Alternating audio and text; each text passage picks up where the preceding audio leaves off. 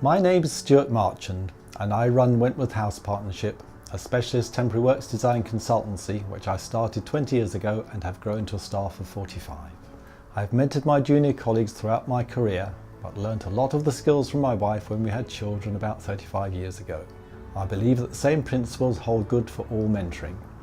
The mentee needs your time and attention, your patience and understanding, encouragement and praise, your help and not your criticism when things go wrong, and to be given as much responsibility as they can cope with. So, what does this mean in practice? I sit in an open plan office, not shut away in my own office. When a new member of staff starts, I will have lunch with them in the first week so that we can talk and they will feel comfortable approaching me. I prefer to sit side by side when I'm mentoring someone. I see little point in the traditional setup across a desk where one party has to look at everything upside down.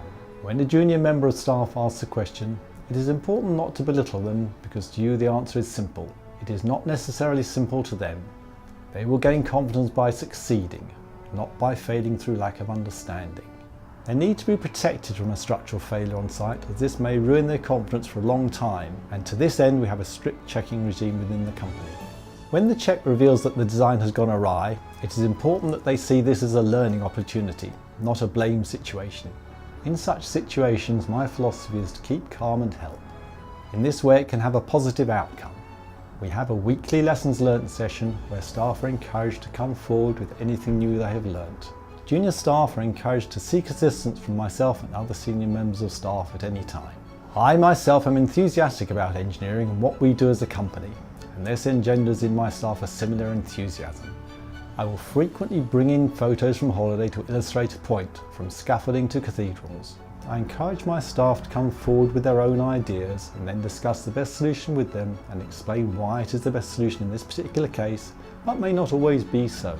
Delegating as much work as possible gives staff a sense that they are contributing positively to the projects.